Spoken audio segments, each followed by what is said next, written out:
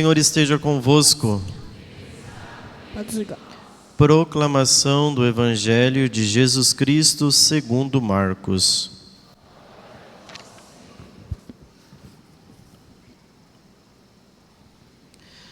Naquele tempo, um leproso chegou perto de Jesus e de joelhos pediu: Se queres, tens o poder de curar-me.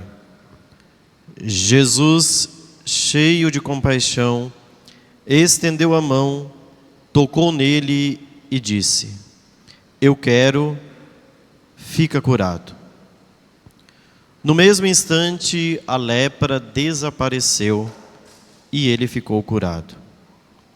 Então Jesus o mandou logo embora, falando com firmeza: Não contes nada disso a ninguém. Vai, mostra-te ao sacerdote e oferece pela tua purificação o que Moisés ordenou, como prova para eles. Ele foi e começou a contar e a divulgar muito o fato. Por isso Jesus não podia mais entrar publicamente numa cidade. Ficava fora, em lugares desertos, e de toda parte vinham procurá-lo. Palavra da salvação.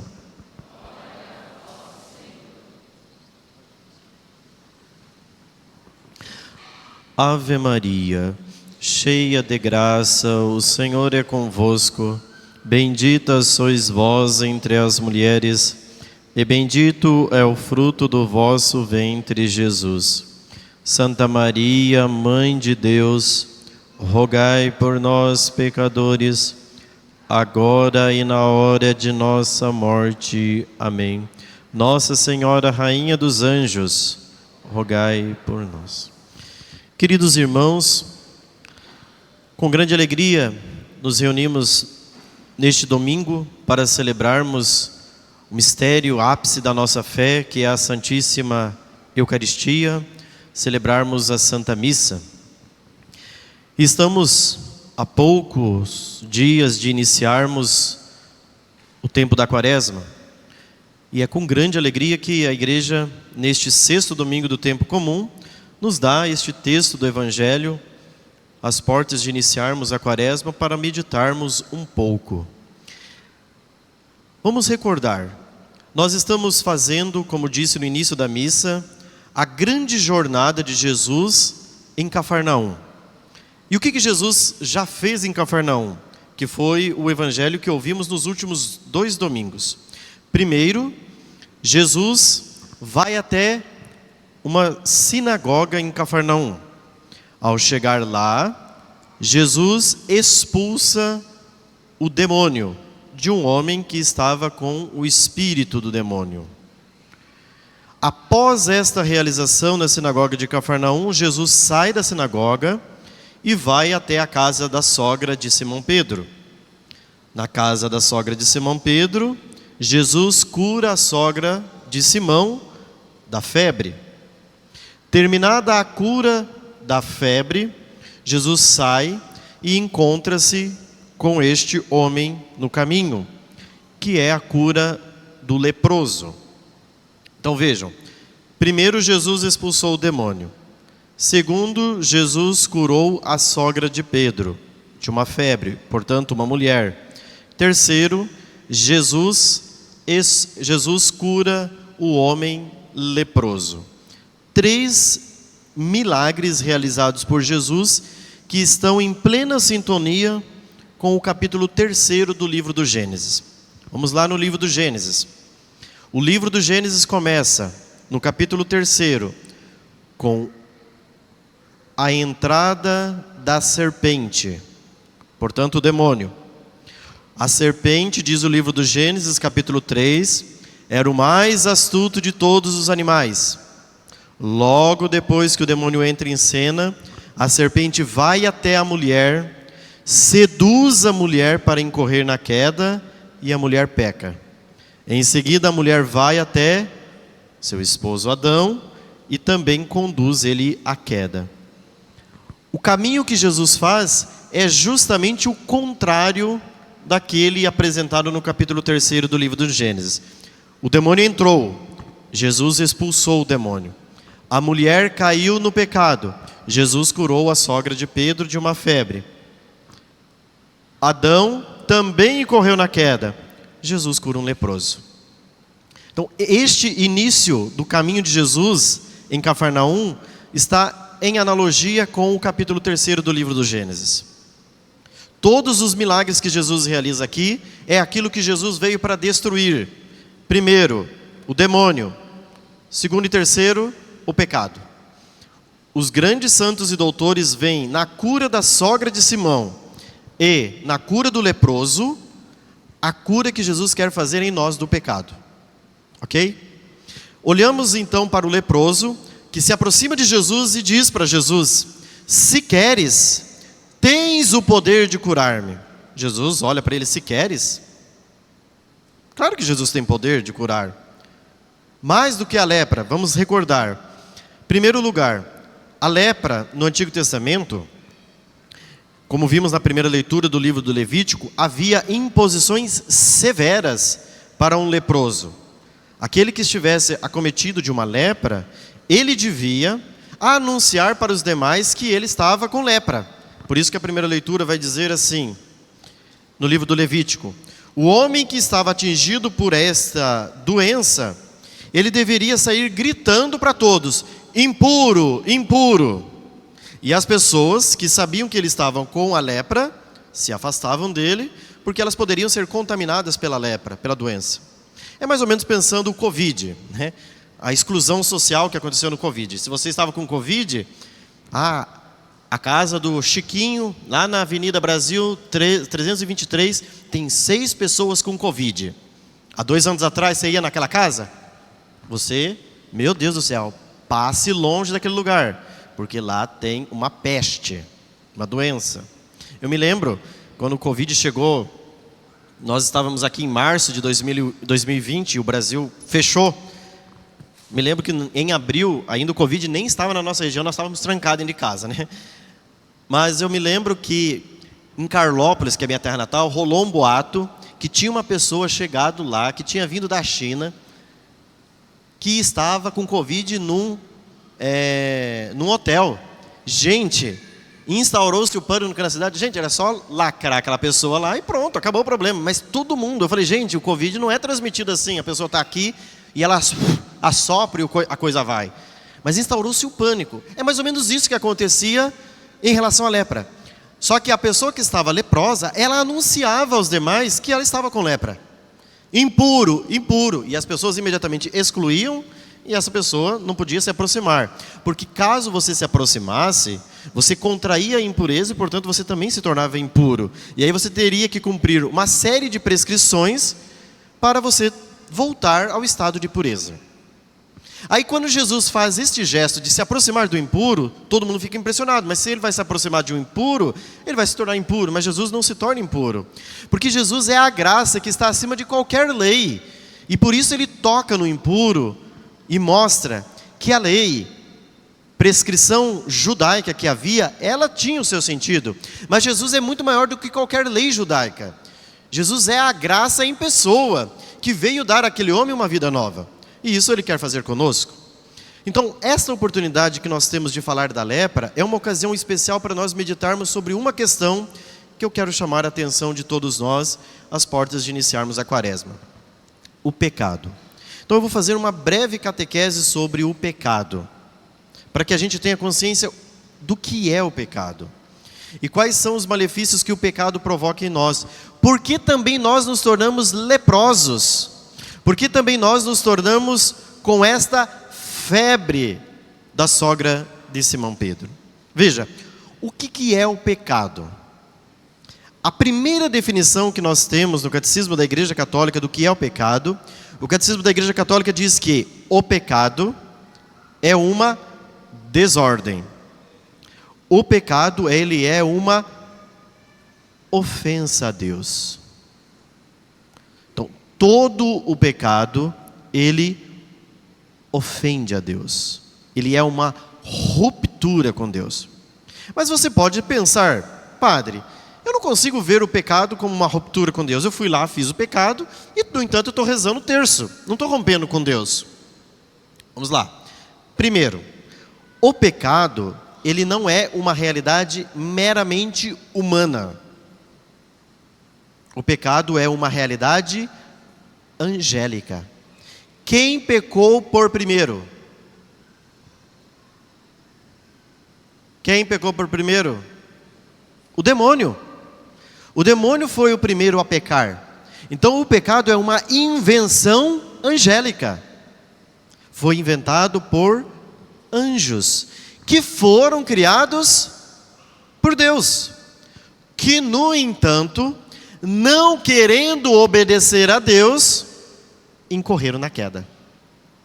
Portanto, o pecado, número 1, é uma invenção angélica.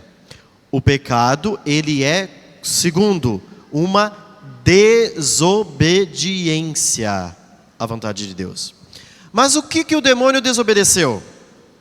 Alguém sabe?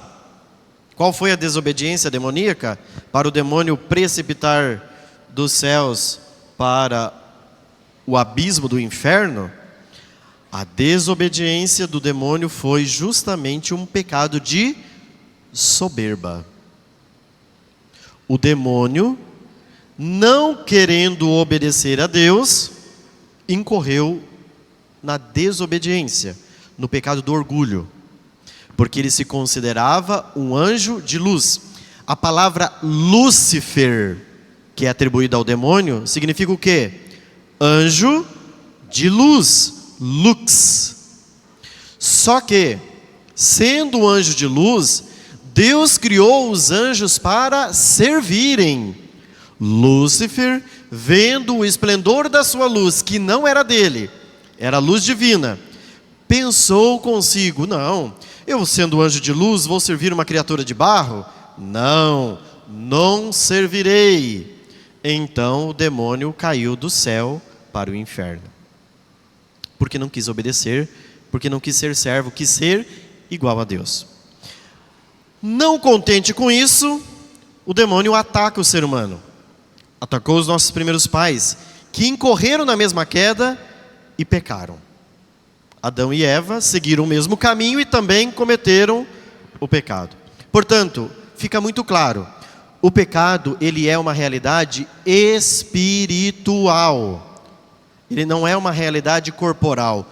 O corpo em si não peca, quem peca é a alma. Quem comete o pecado, embora nós cometamos o pecado com a realidade material, quem deliberou para que você pecasse foi você, através da sua inteligência e da sua vontade, que escolheu pecar. Por que é importante termos clareza disso? Porque às vezes você fica olhando para dentro de você e você não enxerga que você, cometendo determinados pecados, você tenha feito mal. Por quê? Porque você está somente fixado numa realidade corporal, sentimental. Vocês não estão conseguindo ver a interioridade da alma. Existe uma santa doutora da igreja do século XVI, chamado Santa Teresa de Jesus, Santa Teresa d'Ávila, a quem Santa Teresinha se inspirou no seu caminho de santidade. E Santa Teresa é uma das grandes santas doutoras da igreja e tem uma sabedoria imensa. E um dia ela pediu para Jesus a graça de conseguir enxergar uma alma em estado de pecado mortal. E Jesus revelou para Santa Teresa o que é uma alma em estado de pecado mortal. Disse Jesus para Santa Teresa, e ela nesta visão está no castelo interior, na sua obra primeira não porque ela escreveu primeiro, mas primeira na ordem de hierarquia, de sabedoria. Uma alma em pecado mortal é semelhante a um corpo em decomposição. Essa é a revelação. Então você imagine, uma alma em estado de pecado mortal é um corpo que está num processo de putrefação. Ela está em decomposição. E o que significa isso? Se você ama uma pessoa, seu marido, seu filho, e ele morreu, 2 dias depois você vai ao cemitério e pede para o coveiro abrir o caixão. O corpo está fazendo o quê? Está em decomposição. Aquela pessoa que você beijou e amou muito, você tem o que daquela pessoa? Nojo. Porque ela está em decomposição. Por mais que você diga, padre, eu amei tanto essa pessoa, mas você não consegue com fedor ficar perto dela. É nojento. É isso o que é uma alma em estado de pecado mortal. Você não enxerga, você foi lá, traiu sua esposa, né? Pulou cerca, voltou para casa, de boa, com a sua cara lavada, e diz assim, não, padre, eu não vejo que foi mal. Minha esposa nem sabe, né? Ela só não consegue ver que está com um par de chifres na cabeça, né? Com a galhada, enroscando no lustre da casa, coitada, né? Mas está lá. E você não enxerga dentro de você que aquilo tenha sido malefício, porque eu fiz as 4 portas, escondidos. Ninguém sabe disso. De boa. No entanto, você está em decomposição dentro da sua alma. Isso não vale só para os homens, porque mulheres traem também, né? Não é só os homens que traem, né? As mulheres também traem seus esposos, né? Vejam, você está em decomposição. Você está fedendo. Você não cheira, você passa perfume, eu estou cheirosinho, perfeita, cabelo lisinho, né? Creme passado, perfeita. Sim. Mas por dentro você está podre. É pior do que um pau de galinheiro, de carniça. É isso. Só que Santa Teresa vai mais adiante.